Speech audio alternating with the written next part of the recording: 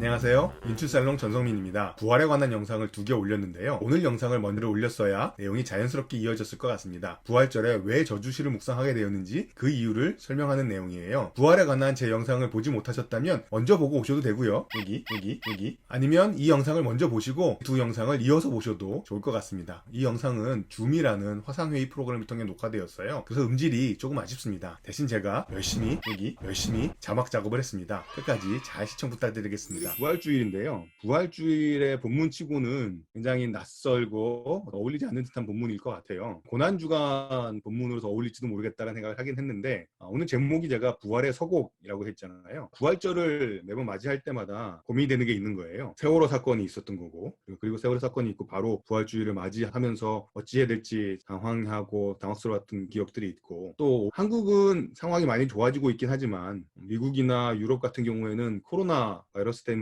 굉장히 어려운 시간을 보내고 있잖아요. 6년 전에 대한민국이 경험했던 것이나 지금 온 세계가 경험하고 있는 이 어려움 가운데 부활의 기쁨을 노래한다는 게 도대체 어떤 의미인가 라는 게 씨름거리가 되는 상황이 된 것 같아요. 예전에는 그냥 부활이면 마냥 기쁘고 좋고 당연히 기뻐하고 좋아하는 날이라 생각하니까 기쁨의 찬양을 많이 불렀던 것 같은데 저희가 살아가는 현실이 그렇지 못한 거잖아요. 물론 이제 우리의 현실이 어려우니까 부활절 하루라도 우리가 그 현실을 잊어버리고 뭔가 새로운 소망과 약속을 붙잡자 이런 의미로 부활절을 저희가 경축할 수 있겠습니다만 그러기에는 우리 주변에 있는 상황이 여전히 너무 무거운 거죠. 그리고 또 한 가지 부활을 바라본다는 것이 뭐에 대한 소망인가라는 고민을 하게 된 거예요. 부활 그러면 다시 살아서 영원히 사는 삶을 소망하는 듯한 표현이잖아요. 그러다 보니까 부활을 경축한다는 것이 내가 영원히 살게 되었다라는 진시 황제가 얻고 싶어 했던 불로장생의 약속과 뭐가 차이가 있나 라는 이제 고민도 같이 하게 되는 거죠. 부활의 진정한 의미, 부활을 통해서 우리가 얻을 수 있는 기쁨의 진짜 근원이 무엇인가 하는 것과 우리의 현실이 죽음과 고통으로 가득 차 있는데 그런 현실 속에서 부활을 경축한다는 게 어떤 의미인가를 고민하게 되는 거죠. 사실인지 아닌지 정말 충격일 정도의 사진이 하나 있었는데 뉴욕에서 사망자가 많다 보니까 긴 참호 같은 걸 파서 시체를 묻는 사진을 보면서 이게 진짠가 싶은 딱 그런 사건과 우리 부활절이 겹친 거죠. 근데 동시에